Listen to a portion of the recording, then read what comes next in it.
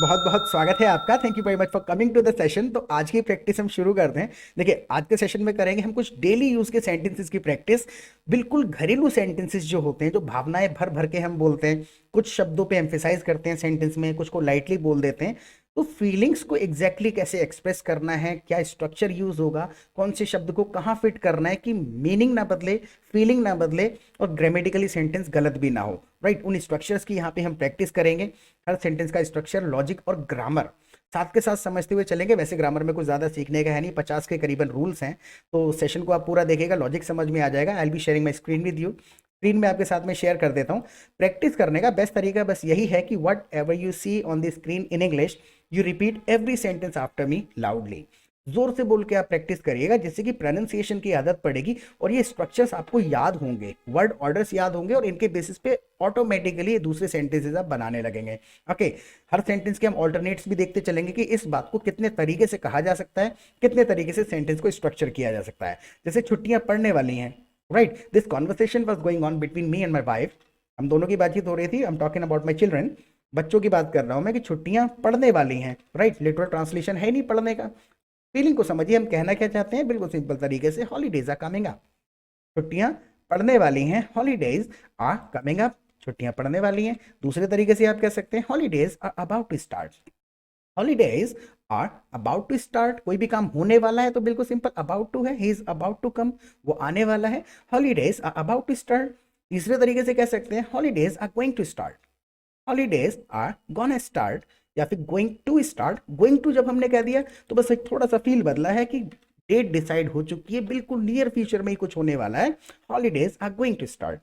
Right, तो 100 तरीके से एक बात को हम कह सकते हैं। फीलिंग नहीं बदलनी चाहिए, मैसेज हमारा क्लियर होना चाहिए, लेकिन ट्रांसलेशन बिल्कुल नहीं करना है। पूरा सेशन आप देखिएगा, लॉजिक समझ में आ जाएगा। 15 दिन से ज्यादा नहीं लगेंगे। ओके, सो पढ़ने पढ़ने वाली नहीं है बल्कि पढ़ चुकी हैं। जब मैंने कहा हॉलीडेज आर कमिंग अप, तो वाइफ ने मेरी बात को काटते हुए कहा, देखिए इसके अंदर एक फीलिंग है। जो तुम कह रहे हो ऐसा नहीं है, पढ़ने वाली नहीं है बल्कि पढ़ चुकी हैं।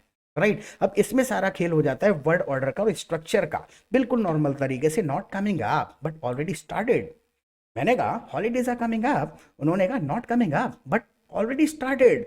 बट लगा करके इसके अंदर उन्होंने डिस्कनेक्शन जता दिया, not coming up but already started. दूसरे तरीके से कहा जा सकता है not about to start, holidays are already running. Not coming up, they are already running. Holidays are already running, they are already running. तो ये सारी की सारी चीजें हमको पता कैसे चलती हैं, जब हम दूसरे लोगों की इंग्लिश सुनते हैं। तो सुनना बहुत ज़्यादा ज़रूरी है। You listen to the English as much as you can. और मैं आपको एक बिल्कुल जेन्युइन तरीका बताता हूँ। इस सेंटेंस के बाद में आप खुद से रियलाइज करेंगे, हाँ यही एक गलती है जो हम कर रहे थे, जिसकी वजह से we understand everything but when it comes to speaking we get stuck. Words and sentences don't come to our mind. That is the real reason. Okay, तो इस सेंटेंस को देखिए, उसके बाद मैं आपको लॉजिक बताता हूँ गलती कहाँ होती है मैक्सिमम लोगों से। कितने दिन की छुट्टियां पड़ी हैं, जैसे ये सेंटेंस हमको बोलना है कि कितने दिन की छुट्टियां पड़ी हैं। ये ट्रांसलेशन जो है सबसे बड़ी दुश्मन है फ्लुएंसी की। राइट, ट्रांसलेशन बिल्कुल नहीं करना है। देखिए, इस सेंटेंस को हिंदी में कई जगह यूज कर सकते हैं। मान के चलिए मैंने किसी सामने वाले बंदे से पूछा, how many days of do you have.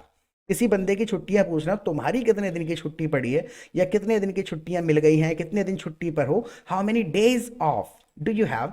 Day of का मतलब है छुट्टी, डेज ऑफ बहुत सारे दिनों की बात कर दी मैंने। How many days of do you have. Simple तरीके से आप दूसरे तरीके से पूछ सकते हैं, how long will the holidays last. इसका मतलब भी वही है कि छुट्टियां कब तक चलेंगी। Right, how long will the holidays last. अब बात आती है फ्लुएंसी अचीव करने की। देखिए, एक्चुअल में क्या है कि अगर आप हमारे चैनल पे पहली बार आए हैं तो सबसे पहले तो प्लीज़ सब्सक्राइब जरूर कर लीजिएगा, क्योंकि रोजाना लगभग एक वीडियो अपलोड करते हैं हम। 200 से ज़्यादा करीबन वीडियोस ऑलरेडी अपलोडेड है हमारे चैनल पे। पहली बार अगर आप वीडियो देख रहे हैं तो चैनल को ज़रूर एक्सप्लोर करिएगा।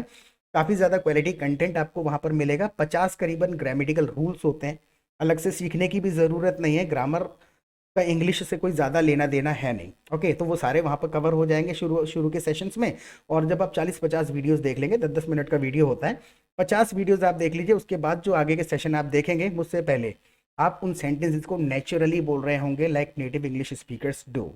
ओके, तो सब्सक्राइब जरूर कर लीजिएगा। और दूसरा, आप हमारी लाइव क्लासेस अटेंड कर सकते हैं हमारे एप्लीकेशन पे। देखिए, लाइव क्लासेस के फायदे क्या होंगे। सबसे पहले तो हम आपको अपने कम्युनिटी में, अपने ग्रुप में ऐड कर देंगे, जहां पर आप दूसरे पार्टिसिपेंट्स के साथ प्रैक्टिस कर पाते हैं। Right, which is I believe most important part of learning, right. जब तक आप रियल सिचुएशन में प्रैक्टिस नहीं करेंगे, देखिए एक प्रैक्टिस होता है कि मैं मिरर के सामने खड़ा हो गया, अब मेरे मन में जो मेरे कन्वीनियंस के अकॉर्डिंग सेंटेंसेस आ रहे हैं मैं उनको बोल रहा हूँ और रट्टा मार रहा हूँ, वो यूजफुल नहीं है, उससे हेल्प नहीं होती है। रियल सिचुएशन में प्रैक्टिस करना बहुत ज़रूरी है। जब आप ग्रुप में पूरा दिन ग्रुप में कॉन्वर्सेशन चलते रहते हैं, 200-250 पार्टिसिपेंट्स करीबन होते हैं, राइट, तो वहां पर जब लोग अपनी अपनी इंग्लिश लिखते हैं ना, तो उनके सेंटेंसेस से हमको उसके ऑल्टरनेट्स पता चलते हैं कि इस बात को कितने तरीके से कहा जा सकता है। रियल सिचुएशन में मान के चलिए किसी बंदे ने कह दिया आई गॉट ए जॉब, तो उसको लोग कोई मुबारकबाद दे रहे हैं, कोई कह रहा है you hard work paid of, कोई कह रहा है कि you O me a party, कोई कह रहा है कि where did you get the job, कोई कह रहा है व्हाट्स योर सैलरी, राइट। तो हमें रियल सिचुएशन में क्या कहना है, कैसे कहना है, ये तो बाद की बात है कि भाई इस बात को कैसे कहा जाएगा। रियल सिचुएशन में क्या कहना है ये चीज़ें पता चलती हैं। और रही बात फ्लुएंसी की, एक्चुअल में लोग अक्सर उसको गलत कहते हैं कि भाई मैं इंग्लिश सीखना चाहता हूँ। इंग्लिश ऑलमोस्ट सबको आती है इंडिया के अंदर, आप इंग्लिश बोलना चाहते हैं, राइट। जो सेंटेंसेस आप सुनते हैं समझ लेते हैं, लेकिन बोलने की बारी आती है तो अटक जाते हैं, क्योंकि you are not into the habit of speaking दो सेंटेंसेस, राइट। तो उनको बोलने की आदत कैसे पड़ेगी, जब आप फोन पे बात करेंगे। तो ग्रुप में जब भी आपको टाइम मिलता है आप मैसेज करिए कि भाई मैं प्रैक्टिस करना चाहता हूँ। तो ग्रुप में लोग क्या करते हैं, कोई अपने पसंद के पार्टनर्स चुन लेते हैं, अपने जूम एप्लीकेशन पे फेस टू फेस बैठ के बात करते हैं, कोई फोन पे प्रैक्टिस करते हैं। तो एक एटमॉस्फेयर फ्रेंड्स आपको मिल जाएंगे जिनके साथ 1-2 घंटा रोजाना आप इंग्लिश में जब बात करेंगे ना, तो जो सेंटेंसेस आपको आते हैं उनको बोलने की आदत पड़ेगी, राइट। उनको बोलने की आदत ही तो नहीं है, बना तो लेते हैं आप सेंटेंस, तो आपको एटमॉस्फेयर की ज़रूरत है। नए सेंटेंसेस रोज़ाना ग्रुप में सीखते रहेंगे, बोल बोल के प्रैक्टिस करेंगे तो आदत पड़ेगी सेंटेंसेस को बोलने की। और शाम को जब हमारी लाइव क्लासेस होती हैं तो वहाँ पर भी simply come together every evening and we discuss English for 2 hours.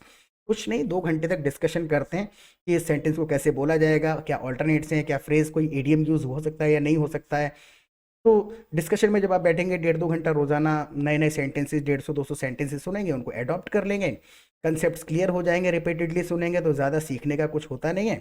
15-20 दिन के अंदर बिल्कुल समझ में आ जाएगा logic of English and you will start speaking English fast, fluently and confidently the way you want to speak. Fees की बिल्कुल चिंता मत करिएगा, सिर्फ व्हाट्सएप नंबर मैंने दे दिया है अपना।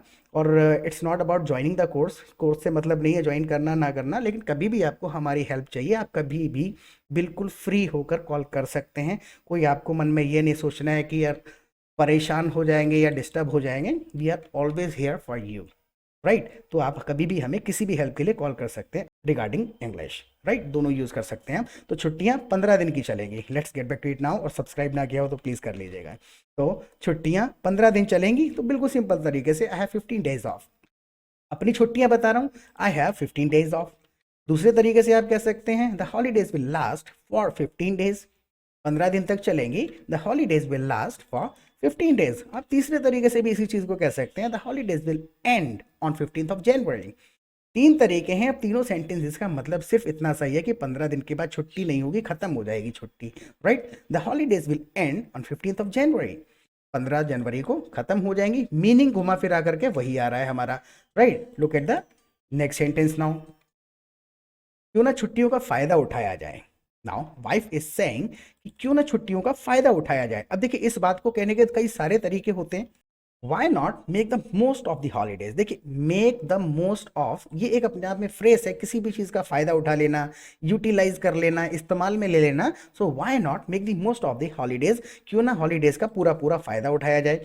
दूसरे तरीके से भी इसको कहा जा सकता है why not make good use of, why not make good use of the holidays. इसका मतलब भी why not make the most of holidays, why not make good use of the holidays, दोनों का मतलब बिल्कुल सेम ही है लगभग, कि क्यों ना इस चीज का फायदा उठाया जाए। अब जैसे इसी चीज में आप कह सकते हैं कि why not make good use of these sessions by writing some comments, why not make good use of these sessions by participating and write your own sentence in the comment section. अपना sentence लिखिए आप comment section में, that way you will be making good use of this practice, that way you will be making good use of this practice, यानी कि पूरा फायदा उठा पाएंगे इस प्रैक्टिस का जो आप कर रहे हैं, राइट। तो look at the next sentence, चलो कहीं घूमने चलते हैं, चलो कहीं घूमने चलते हैं। बिल्कुल सिंपल तरीके से let's plan A trip somewhere, ये एक तरीका हो गया, let's plan A trip somewhere, चलो कहीं घूमने चलते हैं। दूसरे तरीके से कह सकते हैं let's go on a vacation somewhere, Let's go on a vacation somewhere. Let's go for a vacation somewhere. Let's go on a trip somewhere. Let's go for a trip somewhere. तो on, for, at, on, in, ये जो prepositions वगैरह होते हैं ज़्यादा नहीं होते हैं, बिल्कुल सिंपल तरीका इनको सीखने का यही है कि listen to the English as much as you can. Specially real situation में सुनेंगे ना तो ये चीज़ें अलग से सीखने की नहीं होती हैं, क्योंकि इनका कोई मीनिंग नहीं होता है, राइट ऐसा नहीं है कि मैं इन और एट आज सीखने बैठा हूं तो इन एट में अप्रोप्रिएटली यूज कर पाऊंगा हर सिचुएशन में। हर सेंटेंस का अपना स्पेसिफिक रूल है, हर सेंटेंस के पीछे अपनी भावना है, भावना के हिसाब से ग्रामर वगैरह यूज होती है। तो सबसे बेस्ट तरीका है कि कम्युनिटी को ज्वाइन करिए, प्रैक्टिस करिए बस, और सुनते जाइए, अडॉप्ट करते जाइए, यूज करते जाइए। ओके, घूमने का नाम मत लेना, नहीं तो फिर से कोई दुर्घटना हो जाएगी। अब अक्सर हुआ क्या, जितनी बार भी हमने प्लान किया हर बार कोई ना कोई दुर्घटना हो जाती थी, तो प्लान कैंसिल हो जाता था। घूमने का नाम मत लेना, नहीं तो फिर से कोई दुर्घटना हो जाएगी। Don't even think of a trip. यहां पर है घूमने का नाम मत लेना, राइट। नाम मत लेना का मतलब क्या है कि नोटिस में मत लाना इस चीज को। Don't even think of a trip, don't even plan a trip, don't even think about a trip. सबका मीनिंग वही है, don't even think of a trip or else there might be another mishap. Or else नहीं तो ऐसा होगा, or else there might be another mishap. देखिए ये जो मिसहैप है ये अपने आप में एक वर्ड है, मिस हैपनिंग अलग चीज है, there might be another mishap यानी कि कोई ना कोई दुर्घटना हो जाएगी। Don't even think of a trip or else there might be another mishap, कोई ना कोई दुर्घटना फिर से हो जाएगी। माइट भी जो कह रहे हैं यानी कि फ्यूचर में हो सकता है ऐसा काम। Don't even think about a trip or else there might be another mishap, कोई ना कोई दुर्घटना हो सकती है if you think about a trip, right. Look at the next sentence. क्या मिर्च का अचार खत्म हो गया? क्या मिर्च का अचार खत्म हो गया? कई सारे तरीके से कह सकते हैं। Did we run out of chilli pickle? Did we run out, run out का मतलब ये कोई भी चीज खत्म हो जाना। Did we run out of chilli pickle. दूसरे तरीके से कह सकते हैं did the chilli pickle run out? Did the chilli pickle run out. इसका मतलब ही वो ये क्या, अचार खत्म हो गया। लॉजिक की बात यह है कि जब हम डिड इस्तेमाल कर रहे हैं किसी भी सेंटेंस में तो first form of word use कर रहे हैं, रन आउट फर्स्ट फॉर्म है। रन आउट, रैन आउट भी कई जगह यूज होता है, जैसे कि my mobile ran out of battery, right. तो वहां पर बैटरी खत्म हो गई इसकी। So did we run out of chilli pickle, क्या अचार खत्म हो गया, या फिर did the chilli pickle run out, या अचार खत्म हो गया। तीसरे तरीके से कह सकते हैं is the chilli pickle finished, is the chilli pickle finished, इस तरीके से भी आप कह सकते हैं। तो एक बात को कहने के 100 तरीके होते हैं। Look at the next sentence. Last piece बचा है, बाजार जाओ तो लेते आना। लास्ट पीस बचा है, बाजार जाओ तो लेते आना। So there is only one piece left, केवल एक बचा है, इसका मतलब भी वन पीस मतलब लास्ट ही हुआ ना। There is only one piece left, there is only last piece left. When you go to the market get some more, when you go to the market get some more. बिल्कुल simple से दो sentences थे। There is only one piece left, when you go to the market get some more, और ले आना। Now look at the next sentence. मैं मसाला और मिर्च ले आऊंगा, तुम अचार घर पर ही डाल लेना। अब अचार डालने की क्या इंग्लिश होती है? यही सबसे बड़ी समस्या है कि हम इस चीज की इंग्लिश ढूंढते हैं, जबकि हमको सोचना क्या होता है कि इस सिचुएशन में क्या कहूं, राइट। अचार डालना है, डलवाना है, क्या कहूं मैं इस सिचुएशन में, ये हमको देखना है। लिटरल अचार डालने की ट्रांसलेशन नहीं ढूंढनी होती है। तो बिल्कुल सिंपल तरीके से I get spices and chilli, मैं मसाला और मिर्च लेकर के आऊंगा। I get spices and chilli, you just make the pickle at home, बना लेना। You just make the pickle at home, अचार बना लेना, राइट। ये जो जस्ट हम यहाँ यूज कर रहे हैं, ध्यान से पढ़िएगा सेंटेंस को, लॉजिक समझ में आएगा आपको। मैं मसाला और मिर्च ले आऊंगा, तुम अचार घर पर ही डाल लेना। ये जो ही है ना, एम्फेसाइज कर रहे हैं, बाहर से ले लाऊंगा, घर पे ही डाल लेना, राइट। फीलिंग है उसके अंदर। So I get spices and chilli, you just make the pickle at home, you just make the pickle यानी कि तुम घर पर ही बना लेना, राइट। तो अब जस्ट का मतलब ही होता नहीं है अभी तक, जस्ट का मतलब थोड़ा या सिर्फ होता है, राइट। लेकिन शब्दों का कोई मीनिंग नहीं होता है, शब्दों का यूसेज होता है, किस सिचुएशन में यूज करना है, right. Look at the next sentence. और वो समझ ऐसे ही आएगा जब आप सुनेंगे। पता नहीं तुम्हें अचार कितना पसंद है, पता नहीं तुमको अचार कितना पसंद है। अब देखिए इस कंडीशन में क्या कर रहे हैं, क्वेश्चन नहीं है ये, पता नहीं तुम्हें अचार कितना पसंद है, अंदाजा लगा रहे हैं, क्वेश्चन थोड़ी नहीं है।